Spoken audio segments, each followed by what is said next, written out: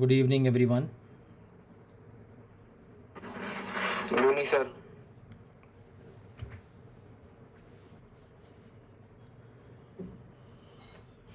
बरं, काल किती क्वेश्चन झाले होते? 31, 32 स्टार्ट करायचं ना आपल्याला आज. Yes, sir. ठीक आहे. क्वेश्चन नंबर 32 काय म्हटलंय बघा.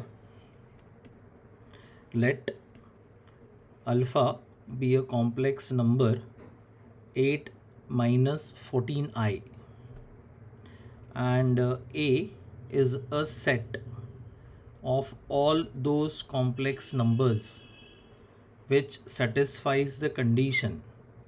तर ही कंडिशन सॅटिस्फाय करणारे सगळे झेड असे कॉम्प्लेक्स नंबरचा हा कोण आहे? सेट आहे एक. आणि बी एक अजून एक सेट आहे कॉम्प्लेक्स नंबर्सचा की जे ही कंडिशन सॅटिस्फाय करतो आहे, mod of Z plus 3i equal to 4. Then what is the summation of, म्हणजे sum of real part of Z minus imaginary part of Z under the condition that Z belongs to A intersection B. म्हणजे A आणि बीचे common elements, intersection म्हणजे common elements, असे जेवढे पण complex numbers आपल्याला मिळतात त्या सगळ्यांचे रियल पार्ट्स आणि इमॅजनरी पार्ट हे फाइंड करायचे, ते मायनस करायचं. हा झाला एक पेअर. असे जितके पण पेअर्स मिळतील त्या सगळ्या पेअर्सच्या ॲडिशनला आपल्याला त्याची व्हॅल्यू आपल्याला फाइंड करायची. Integer question. Yes, integer type question आहे तो. So we have given alpha which is 8 minus 14i. Z कोण आहे? Variable complex number. So it is considered as x plus I Y. आपल्याला ना खूप काही गोष्टी याच्यात फाइंड करायचं. अल्फा झेड होल बार, मग ह्या दोघांचा डिफरन्स, मग डिनॉमिनेटरमधलं डिफरन्स ऑफ स्क्वेअर्स, हे सगळं फाइंड करायचं. मग पहिलं आहे alpha Z. So alpha Z is 8 minus 14i into x plus iy multiply. So this is 8x plus 8iy 14ix minus 14i square y. Separate real and imaginary parts. 8x plus 14y हा झाला real part. I common from middle two terms, 8y minus 14x हा झाला alpha Z. ठीक आहे. Alpha Z whole बार हे find करणं सोपं आहे, परत तेवढं सॉल्व करायची गरज नाही. 8x plus 14y minus I into 8y minus 14x. So this is alpha Z whole बार. आपल्याला काय करायचं? ह्या दोघांचं मायनस, दोघांचं डिफरन्स घ्यायचं आहे वरती न्यूमरेटरमध्ये. So what is alpha Z minus alpha Z whole bar. ज्यावेळेस आपण ह्याला डिफरन्स घेऊ त्यावेळेस काय होणार? रियल पार्ट कॅन्सल होईल, फक्त इमॅजनरी पार्ट राहील. So it will be 2i 8y minus 14x. हे झाली न्यूमरेटरची व्हॅल्यू. बरं, डिनॉमिनेटरमध्ये Z square minus Z bar square, म्हणजे ए स्क्वेअर मायनस बी स्क्वेअरचे फॅक्टर्स काय असतात? A plus B into A minus B. तसं इथं झेड मायनस म्हणजे Z square minus Z bar square काय असलं पाहिजे? झेड प्लस झेड बार आणि झेड मायनस झेड बार. म्हणजे आपण काय करूयात, डिनॉमिनेटरचं जे स्क्वेअर्सवाले टर्म्स आहेत ते फाइंड करण्यासाठी झेड आणि झेड बारचं सम आणि डिफरन्स आपण तेवढं फाइंड करूयात. पण झेड काय होता? X plus I Y. So what is Z plus Z bar. Sum of conjugates काय असतं, twice the real part of Z. Difference of conjugates is 2 times imaginary part या इमॅजिनरी नंबर. बरं, आता इथं Z square plus Z bar square minus हे काय होणार, 2x into 2iy, that is 4xyi. म्हणजे आपण इतके टर्म्स फाइंड केल्यानंतर आपल्याला आता कुठे ए सेट मिळू शकेल. ती कंडिशन मी इथं लिहितोय खाली. Alpha Z bar upon Z square minus Z bar square minus 112i equals to I.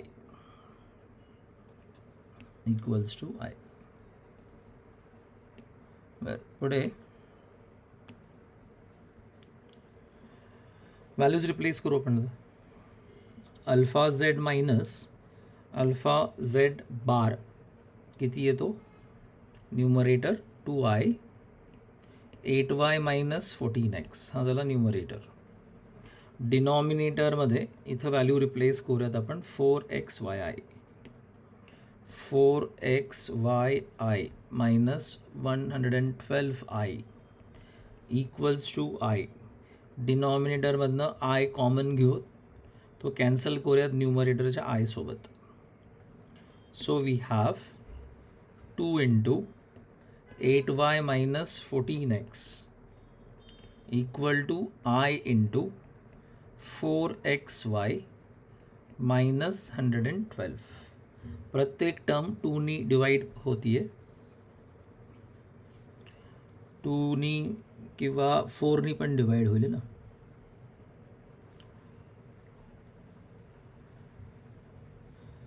इथं कॉम्प्लेक्स नंबर आपलं आय नसेल, ते जर कॉम्प्लेक्स नंबर झालं तर परत रिअल आणि इमॅजिनरी पार्ट्स नाही मिळणार. रिअल आणि इमॅजिनरी पार्ट्स आपल्याला कम्पेअर करायला काही नाही आहे. बहुतेक तिथं करेक्शन होतं बहुतेक. एक सेकंद, इथं आय नसेल, ते 1 असलं पाहिजे. 1 आपण ते 1 घेऊनच सॉल्व्ह करूयात त्याला.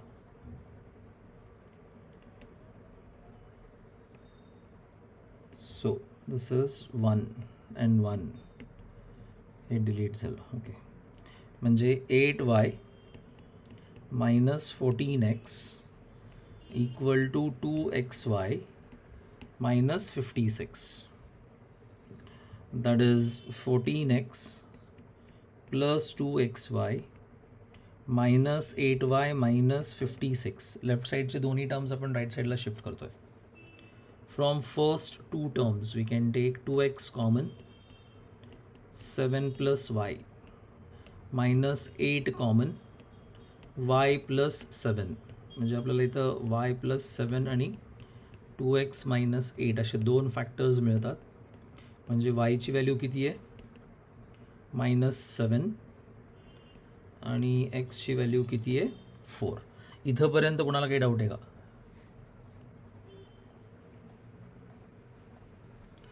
इथेपर्यंत कोणाला काही डाऊट आहे का? नो. हे काय केलं आहे आपण, हे जे आपण सॉल्व्ह केलं एवढ्या पार्टमध्ये, म्हणजे आपण फक्त हा ए सेट सॉल्व्ह केला आहे. आता दुसरा सेट बाकी आहे. दुसरा सेट कोण आहे, हा बी. तर या बी सेटला आपण आता सॉल्व्ह करू. म्हणजे बी सेटमध्ये किती एलिमेंट्स आहेत ते आपल्याला सापडतील. Mod of Z plus 3i equal to 4. Mod of Z plus 3i म्हणजे x plus I common, y plus 3 is 4. That is x square plus y plus 3 whole square equal to 16. Modulus घेतला आपण. ठीक आहे. हा झाला set बी पासून. आपण काय करूयात, आपल्याकडे 2 व्हॅल्यूज आहेत. एक एक्सची व्हॅल्यू आणि दुसरी वायची व्हॅल्यू आहे. एक्सची व्हॅल्यू जर आपण इथं 4 रिप्लेस केली तर वायची करस्पॉन्डिंग व्हॅल्यू आपल्याला काहीतरी मिळेल. नंतर वायची व्हॅल्यू रिप्लेस करून परत याच्यातच आपल्याला एक्सची करस्पॉन्डिंग व्हॅल्यू मिळते. वेन एक्स इज 4, एक्स जर 4 असेल तर हे 16 होईल. 16 cancel. Y plus 3 whole square equals to 0. Y plus 3 whole square equal to 0 म्हणजे वायची व्हॅल्यू किती झाली?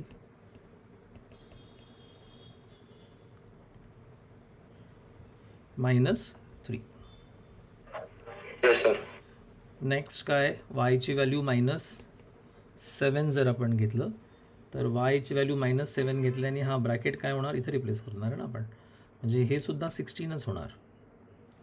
हे 16 झाल्यानंतर 16 cancel. X square will become 0. X square 0 आहे म्हणजे एक्सची व्हॅल्यू किती आहे? 0 आहे. म्हणजे आपण आता काय लक्षात घेतलं पाहिजे? एक्स इक्वल टू 4साठी वायची व्हॅल्यू 3, एक्स इक्वल टू 0 आहे आणि वाय इक्वल टू -7 आहे. म्हणजे आपल्याला किती कॉम्प्लेक्स नंबर्स मिळाले? कॉमनमध्ये ए आणि बीच्या कॉमनमध्ये 2. पहिला पेअर आहे 4 आणि -3 म्हणजे 4 -3 आहे. दुसरा पेअर आहे आपल्याकडे -7 आणि 0चा म्हणजे 0 -7 आहे. ठीक आहे. आपण आत्ता कुठे काय केलं आहे? ए इंटरसेक्शन बी फाईंड केला आहे. आता आपण मेन क्वेश्चनकडे येऊयात. क्वेश्चन काय आहे? Real part of Z minus imaginary part of Z. किती कॉम्प्लेक्स नंबर्स मिळालेत आपल्याला? 2. बरोबर आहे. मग ह्याचा रिअल पार्ट ऑफ झेड किती आहे? 4. इमॅजिनरी पार्ट ऑफ झेड किती आहे? -3. त्याच्यानंतर ह्या कॉम्प्लेक्स नंबरचा रिअल पार्ट 0, इमॅजिनरी पार्ट -7. आपल्याला काय करायचं आहे? Real part of Z minus imaginary part of Z करून त्या सगळ्यांना ॲड करायचं आणि हा झेड कुठे असला पाहिजे? त्या इंटरसेक्शनमध्ये असला पाहिजे. समजतंय का? पहिलं पेअर घ्या. 4 आणि कोण आहे? -3 आहे म्हणजे 4 मायनस ऑफ -3. ह्या समेशनमुळे मला इथं मध्ये प्लस लिहायचं आहे आणि परत तेच real part minus imaginary part. Real part आता किती आहे? 0. इमॅजिनरी पार्ट किती आहे? -7. So this is 0 minus of -7. That is 7 plus 7, 14. So 14 is the answer. थोड़ा लेंदी क्वेश्चन आहे ना. कुणाला काही डाऊट आहे का? Sir hello. हां बोल बेटा. सर ते ए इंटरसेक्शन मध्ये ते 2 कॉम्प्लेक्स नंबर का घेतले? इंटरसेक्शन म्हणजे काय? 2 सेट्सचा इंटरसेक्शन म्हणजे कॉमन एलिमेंट्स. आपण काय केलं एकदा मी शॉर्टमध्ये एक्सप्लेन करतो. इकडे बघा. हे काय? आपण सुरुवातीला ए सेट सॉल्व करण्यासाठी ही पूर्ण प्रोसिजर केली आणि ही प्रोसिजर करत असताना आपल्याला एक्स आणि वायचे व्हॅल्यूज मिळाले. बरोबर आहे. कोणतंही इंटरसेक्शन शोधण्यासाठी आपल्याला 2 सेट्सना सॉल्व करावं लागतं एकत्र सायमल्टेनियसली. मग इथं आपण काय केलं? इथं आपण सेट बीला सॉल्व करतो आहे. सेट बीला सॉल्व केल्यानंतर आपल्याला एक इक्वेशन मिळतं एक्स आणि वायच्या फॉर्ममध्ये. आता जर मला इंटरसेक्शन म्हणजे कॉमन कॉम्प्लेक्स नंबर जर मला फाईंड करायचे असतील तर मी ह्या इक्वेशनमध्ये एक्सची एकदा व्हॅल्यू रिप्लेस करणार आणि करस्पॉन्डिंग वाय व्हॅल्यू फाईंड करणार. म्हणजे हा जो कॉम्प्लेक्स नंबर आहे 4 - 3i हा कॉम्प्लेक्स नंबर असा आहे की जो ए सेटमधले कंडिशन आणि बी सेटमधली पण कंडिशन सॅटिस्फाय करणार. सिमिलरली वाय व्हॅल्यू जर मी रिप्लेस केलं तरीसुद्धा जो येणारा कॉम्प्लेक्स नंबर आहे हा सुद्धा ए आणि बी मध्ये असणारे दोन्ही कंडिशन सॅटिस्फाय करेल. अमुक. ठीक आहे सर. हां, म्हणजे समजलं का नाही समजलं तुला? हो. येस. मग आपण काय केलं, हे दोन कॉम्प्लेक्स नंबर्स आपण त्या इंटरसेक्शनमध्ये घेतलं आहे. इंटरसेक्शनमध्ये घेण्यामागचं कारण काय, आपण त्यांना सॉल्व्ह केलं आहे, सायमल्टेनियसली सॉल्व्ह केलं आहे. एकदा एक्स टाकून मग वाय फाईंड केलं, वाय टाकून मग एक्स फाईंड केलं. समजलं का? हो सर. येस. हे दोन पार्ट्समध्ये कॉपी करा पाहिजे तर.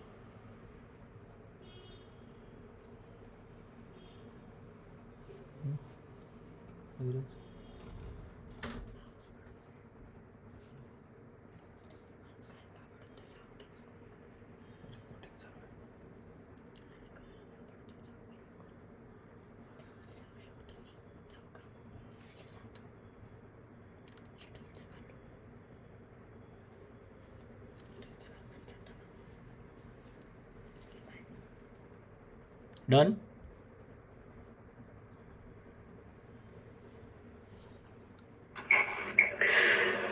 Yes, sir. Sir, हां, if the question was would have been asked that if we have to find Z belongs to A union B, so what would the steps be? in that case you have to find the individual elements of A and B also, which are not common with A and B. Okay. In fact, in this case also you can find A union B, but it will be a set of infinite complex numbers. Yes, sir. Okay, next question. The area of the polygon.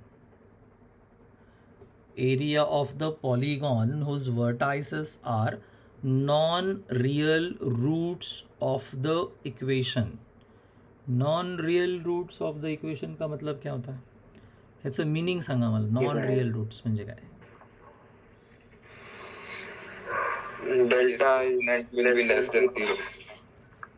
B square minus 4AC is less than 0 type. Means what?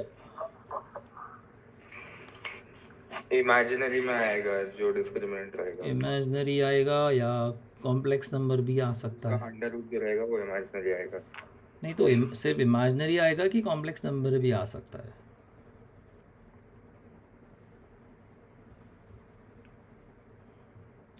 Non real roots का मतलब imaginary और any complex number.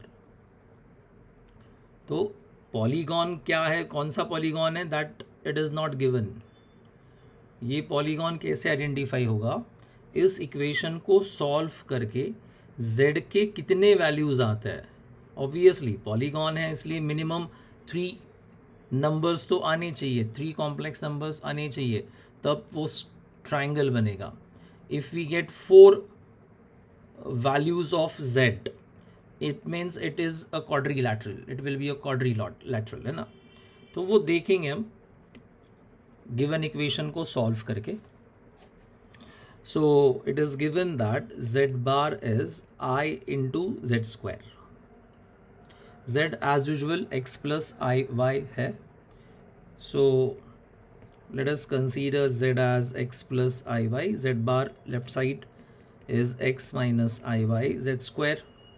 Z square means x plus iy whole square. Expand bracket.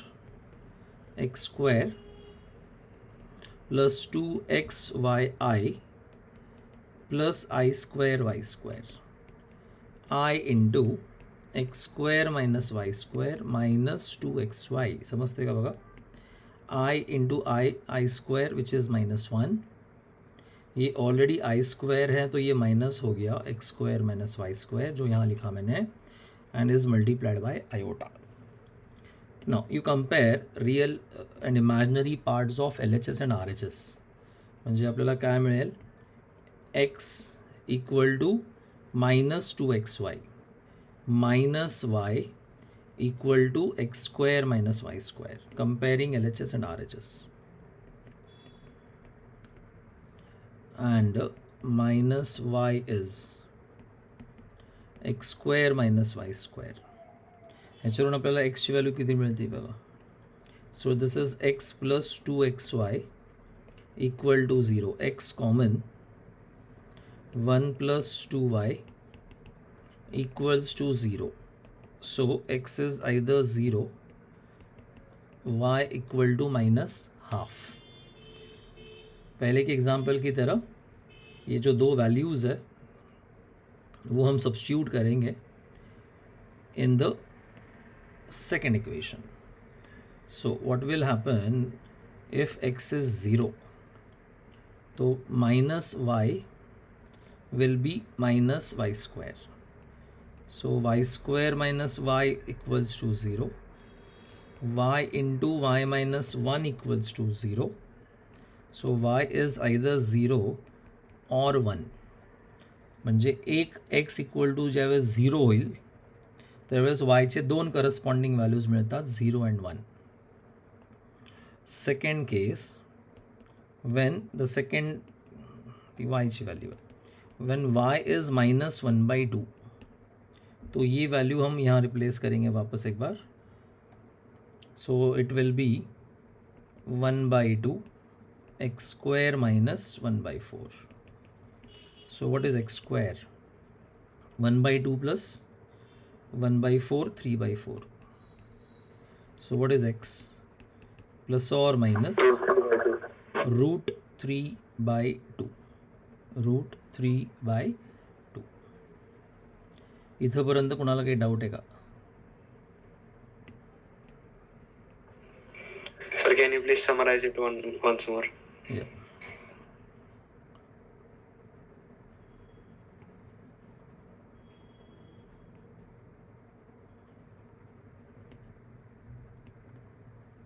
So just a minute.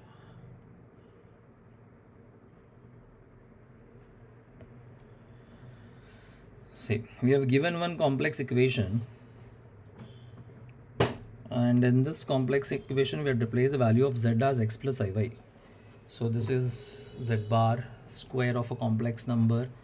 On solving, we got two equations after comparing real and imaginary parts. So on solving first equation, we get x equals to 0 and y equal to minus 1/2. And now we are replacing both these values in the second equation to get corresponding values. Like when x is 0, on replacing x equal to 0, we are getting two values of y. It means we are getting here 2 points, 0, 0 and 0, 1. Is this clear? Yes, sir. And second, from the second case, when y is minus half, we are getting x two values plus or minus root 3/2. So it is root 3/2 comma minus 1/2 minus root 3/2 and minus 1/2. तो देखो complex numbers कौन कौन से मिलता है? 0, 0, 0, 1, then root 3/2 minus half, minus root 3/2 minus half. किती complex numbers मिळाले आपल्याला? 4. 4 complex numbers. अब ये क्या करते हैं, थोड़ा इजी जाएगा if we plot the points. इनको अगर हमने पॉइंट्स को इनको प्लॉट किया तो देखते क्या है.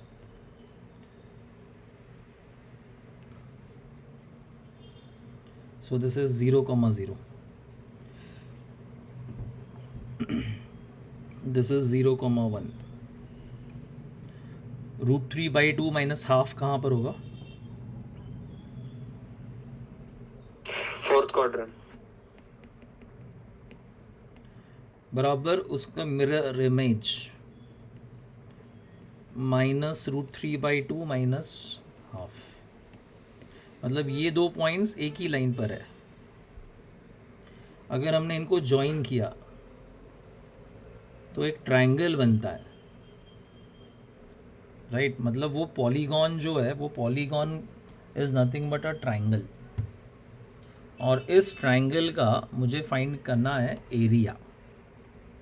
तो एरिया ऑफ ट्राइंगल का फॉर्मूला आपको पता है? सर हाँ, सर वो एक मतलब एरो हेड के जैसे भी बन सकता है ना, बट एरो हेड, लेकिन वो पॉलीगॉन दोनों बनेगा। को से जोड़ोगे तो 0 0 1 से और हाँ, √3/2 और -1/2 से कैसे ज्वाइन करोगे उसको? ऐसे? ओरिजिन पे ज्वाइन करोगे तो। नहीं नहीं, इसको यहाँ पर ज्वाइन किया, फिर इसको यहाँ से ज्वाइन किया, फिर से नीचे आना पड़ेगा, फिर ज्वाइन करना पड़ेगा, फिर ज्वाइन करना पड़ेगा। ये कौन सा फिगर है? सर 0 1 से डायरेक्ट ऐसा नहीं कर सकते क्या? नहीं, एक्चुअली पॉलीगॉन के अंदर वो 0,0 जो अब हमको मिल रहा है, वो उस पॉलीगॉन के अंदर का पॉइंट है, उसको हम वर्टेक्स कंसीडर नहीं कर सकते ना। पॉलीगॉन मतलब क्या, वो सीधा सीधा ऐसा वर्टेक्स होना चाहिए, वो इंटीरियर पॉइंट थोड़ी ना रहेगा। इसलिए उसको एक्सक्लूड करना पड़ेगा फ्रॉम द वर्टेक्स। ठीक है, तो मुझे क्या करना है, इस ट्राइंगल का एरिया निकालना है, इसका बेस और हाइट।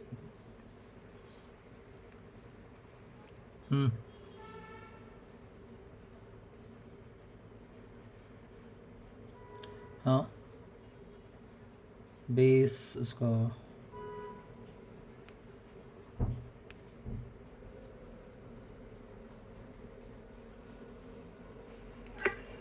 डिस्टेंस। सर अगर हाइट निकल रहा है तो हेरोन्स फॉर्मूला भी कर सकते जी, हैं। डिस्टेंस फॉर अगर हाइट नहीं निकल रहा है तो हेरोन्स फॉर्मूला भी कर सकते हैं।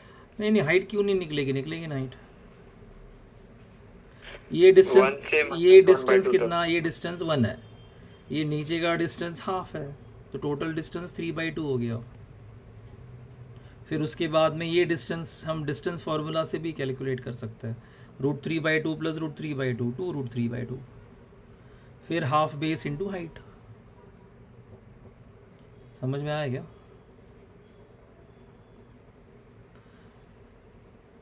ये आगे का पार्ट कर लो फिर।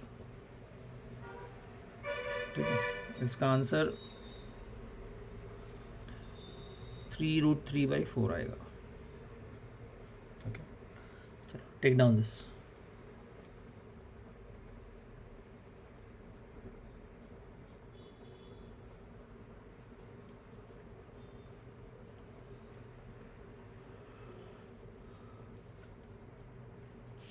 डन।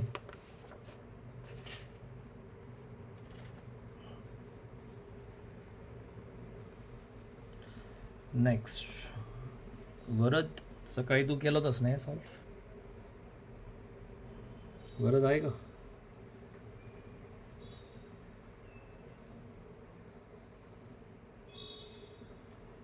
वरद नाही सर, नहीं है। परत नाही. Okay, next question. Let alpha beta be the roots of the equation x square plus 2√2x minus 1 equal to 0.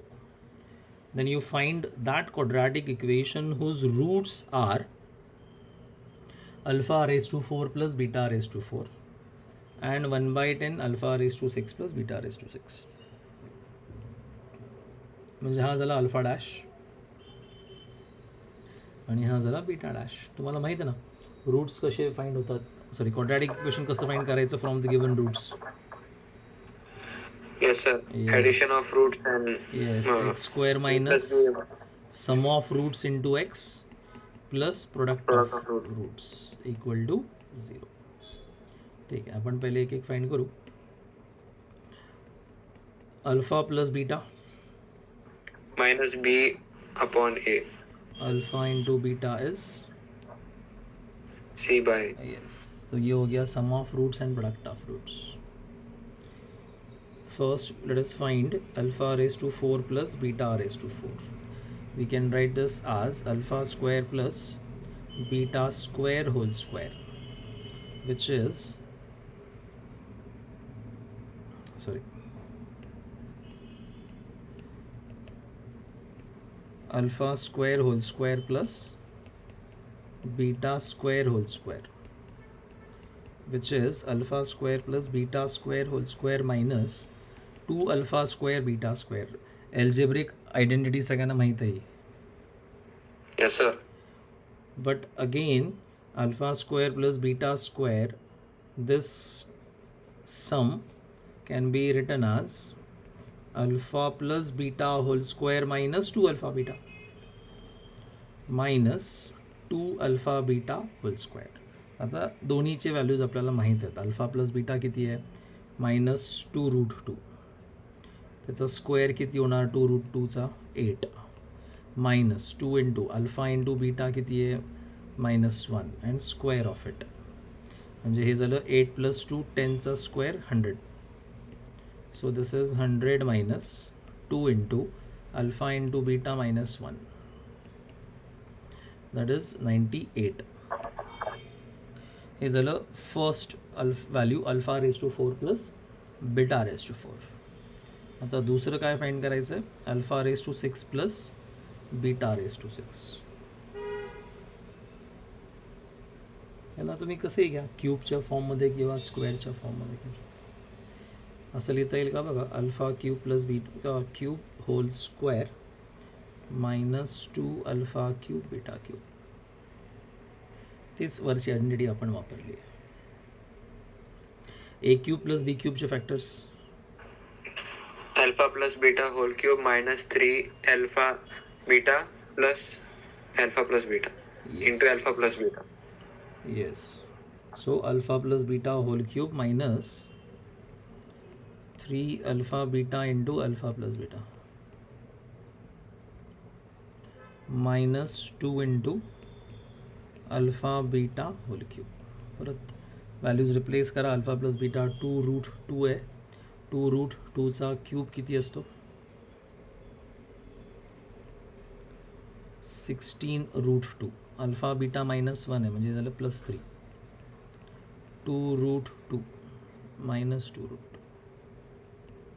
Square of it -1 cube. 16√2 - 6√2 is 10√2 minus minus plus. तो 100 into 2 कितना हो गया? 200 plus 202. 202 बरोबर ना? 202 व्हॅल्यू. तिथं क्यूब होता cube sir into 1/10 करायचे नाही का? इंटू 1/10. 1/10 करायचं ना? नाही, हे आपण लिहिलेलं एकदा चेक करूयात. इथं आपण काय लिहिलं आहे? Alpha cube plus beta Sir, minus होणार ते इकडं खाली. -2 अल्फा बीटा बरोबर आहे. म्हणजेच alpha plus beta whole cube -3 alpha beta into alpha plus beta -2 alpha beta whole cube बरोबर आहे. आणि अल्फा प्लस बीटा किती? सॉरी मायनसमध्ये होतं ते, हे चुकलं आहे. अल्फा प्लस बीटाची व्हॅल्यू -2√2 आहे.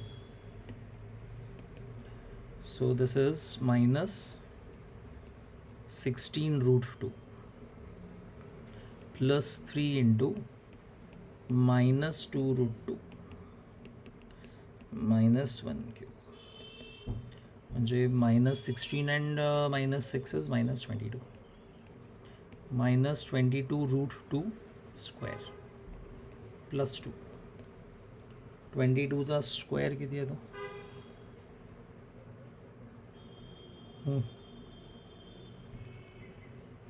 484 इंटू 2 968 प्लस 2 970. आपल्याला इथं 1/10 पाहिजे. Alpha raise to 6 plus beta raise to 6 which is 97. चला आपण दोन्ही पण फाइंड केलं आहे. आपल्याला आता तो क्वाड्रॅटिक इक्वेशन पाहिजे. So quadratic equation whose roots are 98 and 97 आपण असं म्हणूयात है ना. मग x² minus sum of these two roots 98 plus 97x square plus product of these two roots 98 into 97. ह्याला सर ते सम ऑफ रूट्स नंतर एक्स असणार पॉवर 1. हो सॉरी येस. मग ह्याला तुम्ही सॉल्व करा. 98 प्लस 97 म्हणजे 195चे दोन ऑप्शन्स आहेत बी आणि सी. त्याच्यानंतर 98 इंटू 97 जर मल्टिप्लाय केलं 98 इंटू 97 मल्टिप्लाय करा. C option. C option.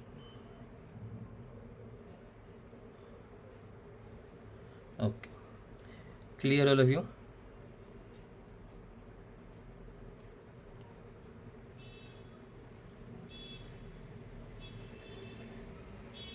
Copy करा.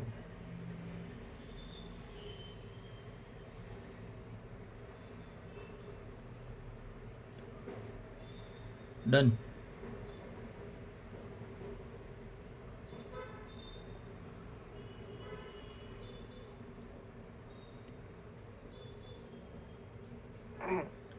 So next question.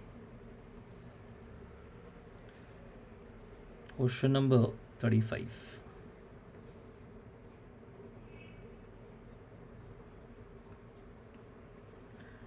Alpha beta, where alpha is greater than beta, be the roots of the equation, quadratic equation, and Pn is alpha raised to n minus beta raised to n. Then the value of alpha 11 root 3 minus 10 root 2 P10, 11 root 2 plus 10 P11 minus 11 P. अरे इथं काहीतरी पाहिजे. 11 P बहुतेक काय असेल इथं 10 आहे. Sir 1 असू शकतं. 1 नसेल, हे सक्सेसिव्ह आहेत टर्म्स. एकतर तिथं 12 असेल नाही तर मग 9 असेल.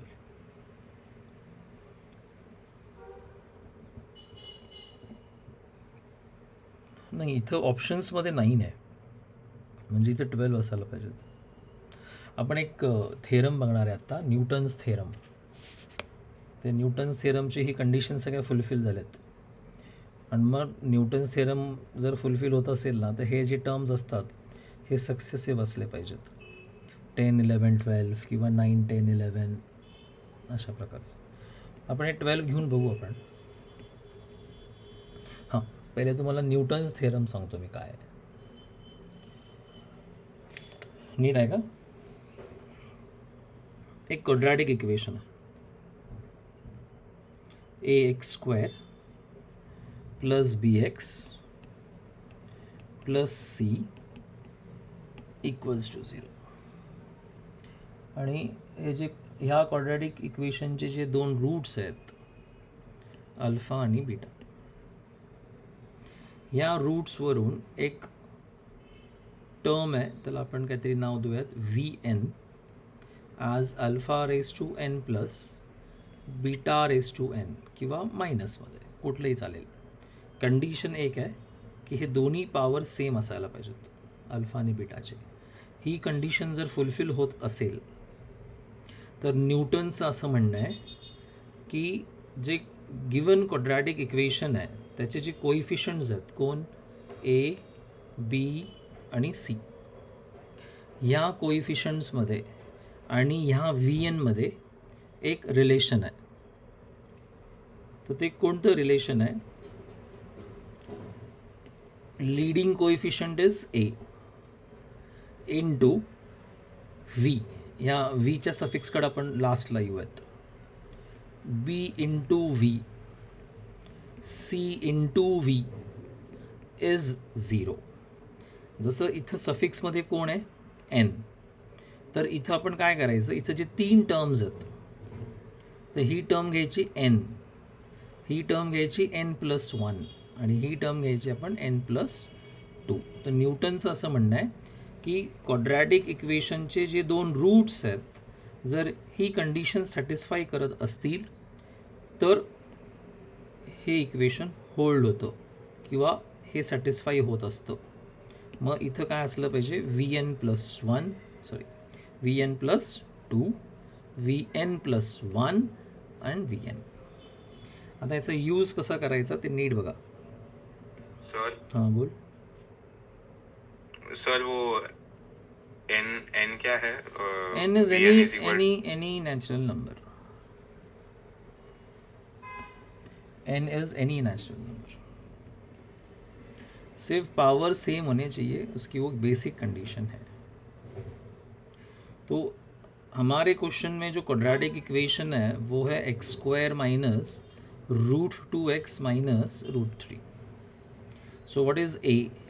1, b माइनस √2, c माइनस √3. उसके बाद में उन्होंने Vn, अपन ने न्यूटन्स थ्योरम में Vn लिया था, उन्होंने क्वेश्चन में Pn दिया हुआ है और वो कंडीशन भी वही सेटिस्फाई कर रहा है, α⁴n minus β⁴n. So according to Newton's theorem we must have a into Pn+2, b into Pn+1, c into Pn equals to 0. a तो 1 है, Pn+2, b is minus √2 Pn+1, c is minus √3 into Pn equal to 0. Now let us substitute the value of n, क्योंकि देखो जो condition है उसमें ये 10 दिख रहा है, ये 11 दिख रहा है, तो इसको 12 लेके देखते हैं. तो मिनिमम वैल्यू यहाँ रिप्लेस करनी होगी 10, 11, 12 में से. So let us put n equal to 10. So this will be P12 √2 P11 √3 P10 equal to 0. इथंपर्यंत कोणाला काही डाऊट आहे का? Sir, why did we put it 10? Can you please? Yes, since we want successive numbers starting from 12, तो descending order में, in order to get 12 we must replace n equal to 10. Yes, sir. Okay लेकिन सिर्फ इतना नहीं है question में, समझ रहे हो क्या? ऑप्शंस P9 के फॉर्म में है, तो again we have to replace in the same equation n equal to 9, तभी तो ऑप्शन का जो Pn है वो मिलेगा. So Yes, sir. Put n equal to 9, what we will get, P11 11. √2 P10 √3 P9 equal to 0. हे दोन इक्वेशन समजले असतील तर आपण पुढे जाऊ. समझा सर. यस, चलो तो फिर अभी क्या करना चाहिए, फिर हमने क्या करना चाहिए? साइमल्टेनियस इन दोनों को अगर हमने देखो जैसे Equal. इक्वल, एक बार कंडीशन लगेगा. नहीं अब देखो ना, जैसे कि यहाँ पर है P10 है, फिर P11 है, दोनों में P10 और P11 के टर्म्स है. ये देखकर मुझे बताओ क्या करना चाहिए.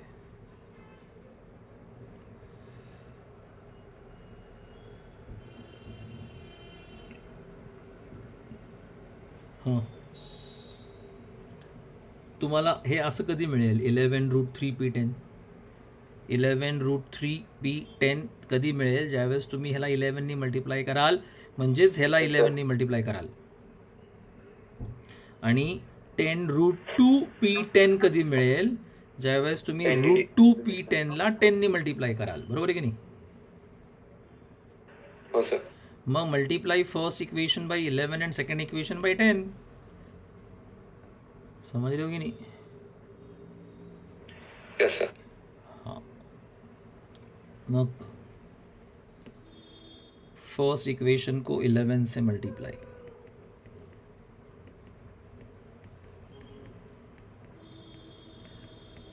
सेकेंड इक्वेशन को 10 से मल्टीप्लाई, ॲड करू की सबट्रॅक्ट करू?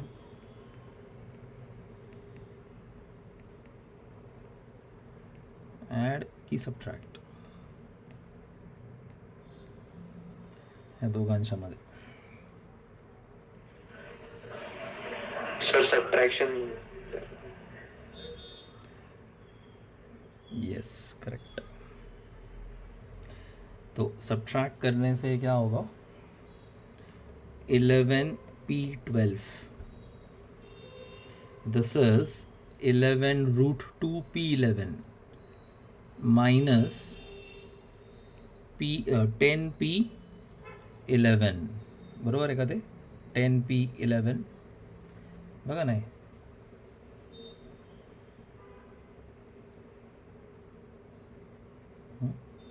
सबट्रॅक्ट केलं तर तिथं मायनस येईल खरं. आणि 11 रूट 3 p10 11 रूट 3 p10 आणि मायनस 10 रूट 2. हां नाही बरोबर आहे, मायनस कॉमन निघतो नंतर तो. ठीक आहे. Minus 11 root 2 p11 11 root 3 p10 minus 10 p11 10 root 2 p10 plus 10 root 3 p9 equals to 0. Now there are two terms of p11. Taking p11 common या minus p11 common ले low. So in bracket 11 root 2 plus 10 p11. After that p10 terms, ये दो p10 के terms हैं. तो इसमें से भी minus मैंने common लिया तो 11 root 3 minus 10 route 2 p10 common. त्याच्यानंतर 11 p12ची एक टर्म आहे, 10 रूट 3 p9ची पण एक टर्म आहे, इक्वल टू 0. पण आपल्याला इथं मायनस ती मल्टिप्लाय करावं लागतं आहे. So 11 root 2 plus 10 p11 11 root 3 minus 10 root 2 p10 minus 11 p12 और वो 10 root 3 p9 जाएगा राइट साइड में. बघा तेच टर्म मिळालं आहे का आपल्याला?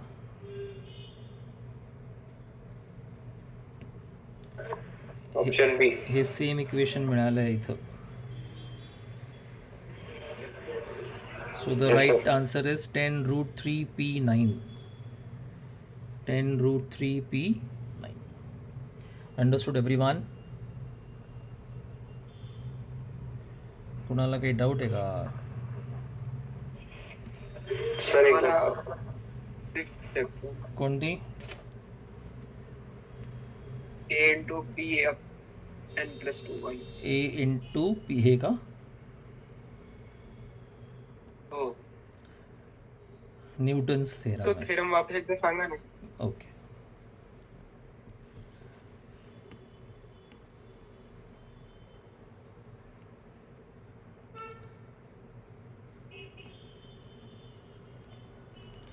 न्यूटनचं काय म्हणणं आहे की जर एखादा क्वाड्रॅटिक इक्वेशन आहे ax² plus px plus c equal to 0, ह्याचे रूट्स आहेत अल्फा आणि बीटा, आणि एक कोणती तरी टर्म आहे त्याचं नाव आहे vn. या अल्फा आणि बीटाला घेऊनच हा vn डिफाईन झाला आहे. कंडिशन एकच आहे की दोघांचे पॉवर सेम असायला पाहिजेत. म्हणजे ह्या कंडिशन खाली न्यूटनचं असं म्हणणं आहे की हे इक्वेशन होल्ड होतं. ह्या इक्वेशनमध्ये नेमकं काय आहे? हे इक्वेशन म्हणजे sum of coefficients in the given quadratic equation ABC along with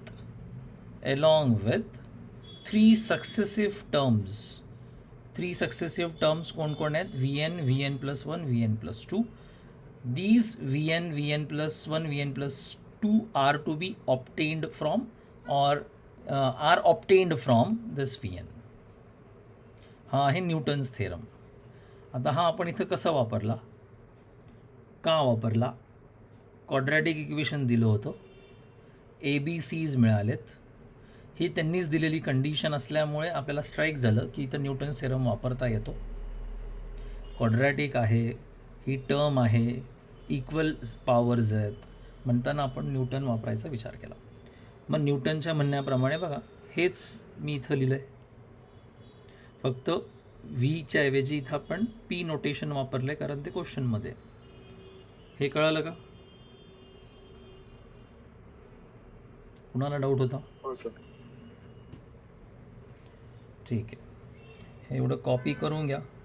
आता उद्या सॅटर्डे आहे, आता आपलं डिस्कशन होणार आहे ट्यूजडेला. ठीक आहे, हे 3 दिवस, येणाऱ्या 3 दिवसामध्ये पुढचे क्वेश्चन्स तुम्ही स्वतःहून ट्राय करायचे. ठीक आहे, चलो बाय. हां Excuse me, sir. हां सर ते आपण कसं म्हणजे how did you predict that we should take first n equal to 10 ते एकदा लास्ट टाइम सांगतो परत. काही नाही, आता इथं त्यांनी जी कंडिशन दिलेली आहे, ह्या कंडिशनमध्ये त्यांनी P10, P11 आणि हे P12 आहे. मग आता 10, 11, 12 जर मला पाहिजे असेल आणि माझ्याकडे n+1, n+2 असेल, तर in order to get P10 we must replace n equal to 10. Yes sir. तेव्हा कुठं 11 आणि 12 ऑटोमॅटिकली मिळतील. हो सर.